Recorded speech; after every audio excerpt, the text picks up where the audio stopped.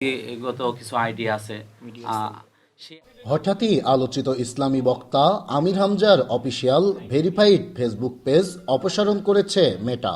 বৃহস্পতিবার দুপুর থেকে তার 6.5 লাখ ফলোয়ারের পেজটি আর খুঁজে পাওয়া যাচ্ছে না। এ ঘটনায় কুষ্টিয়া 3 আসনের জামায়াতের প্রার্থী আমির হামজা রাতেই তার নিজ বাড়িতে সংবাদ সম্মেলনও করেছেন। এ সময় তিনি বলেন, বর্তমান যুগ তথ্য প্রযুক্তির যুগ। আমি দিনের দাওয়াত ও মানুষের কাছে সঠিক বার্তা পৌঁছে দেওয়ার জন্য আমার পেজটি ব্যবহার করতাম। দীর্ঘদিন ধরে এই প্ল্যাটফর্ম ব্যবহার করে দেশ ও বিদেশের মানুষের কাছে ইসলামের সঠিক ব্যাখ্যা ও নৈতিকতা পৌঁছে দেওয়ার চেষ্টা করেছি।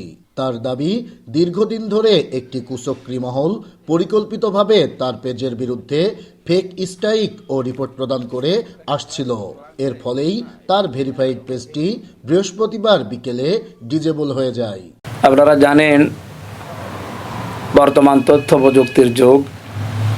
আমরা এই তথ্য প্রযুক্তিকে ব্যবহার করার মাধ্যমে দ্বীনের দাওয়াত এবং সত্য বিধানগুলো মানুষের মাঝে ছড়িয়ে দেওয়ার একটা প্রয়াস চালাচ্ছিলাম। বিশেষ করে আমার ফেসবুক পেজ সোশ্যাল মিডিয়ার মাধ্যমে, যেটা 6.5 লাখের মতো আমার ফলোয়ার ছিল, দেশ এবং মানবতার জন্য, ইসলামের জন্য যেগুলো উপকারী, এগুলো আমি পৌঁছিয়ে দিতাম। হিউস্টনে রকিং টেস্টি, সীমানা ছাড়াও নিজেকে হারাও।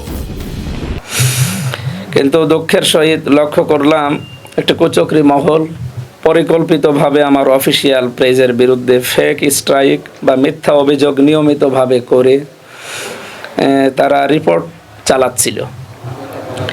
এমতো অবস্থায় আমার ভেরিফাইড পেজ আজ দুপুরবেলা ডিসেবল হয়ে যায়, নষ্ট হয়ে যায়। সংবাদ সম্মেলনে আমির হামজা আরও দাবি করেন, এটি একটি পরিকল্পিত সাইবার হামলা। নির্বাচনে নিশ্চিত পরাজয়ের আশঙ্কায় একটি দল ও তার নেতাকর্মীরা ভীতু হয়ে এ ধরনের ন্যাক্কারজনক সাইবার সন্ত্রাস চালিয়েছে। অফলাইনের পাশাপাশি অনলাইনে আমার প্রচারণা ব্যাপক সাড়া ফেলায় প্রতিপক্ষ দলটি দিশেহারা হয়ে পড়েছে। আমার প্রতি জনগণের এমন সমর্থন দেখে তারা এখন ডিজিটাল প্ল্যাটফর্মেও বাধা সৃষ্টি করার অপচেষ্টায় লিপ্ত।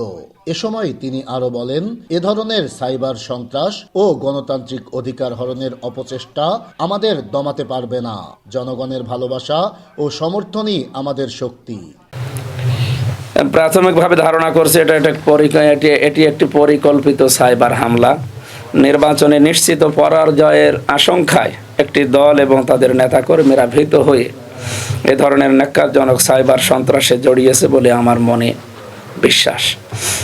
অফলাইনের পাশাপাশি অনলাইনে আমার প্রচারণা ব্যাপকভাবে সাড়া ফেলে প্রতিপক্ষ দলটি দিশেহারা হয়ে যায়। জনগণের স্বতঃস্ফূর্ত সমর্থন দেখে তারা এই ডিজিটাল প্ল্যাটফর্মকে বাধাগ্রস্ত করার জন্য বিভিন্ন রকমের ষড়যন্ত্র করে। এই ব্যর্থতা ঢাকতেই তারা সাইবার হামলার পথ বেছে নেয়। আমি স্পষ্ট করে বলতে চাই, এ সমস্ত সাইবার সন্ত্রাস ও গণতান্ত্রিক অধিকার হরণের অপচেষ্টা আমাদের কাউকে দমাতে পারবে না, ইনশাআল্লাহ। সংবাদ সম্মেলনে তিনি জানান, ইতিমধ্যে ফেসবুক কর্তৃপক্ষের কাছে যথাযথ প্রমাণসহ আপিল করা হয়েছে। টেকনিক্যাল টিমও পেজটি ফিরিয়ে আনতে নিরলসভাবে কাজ করছে।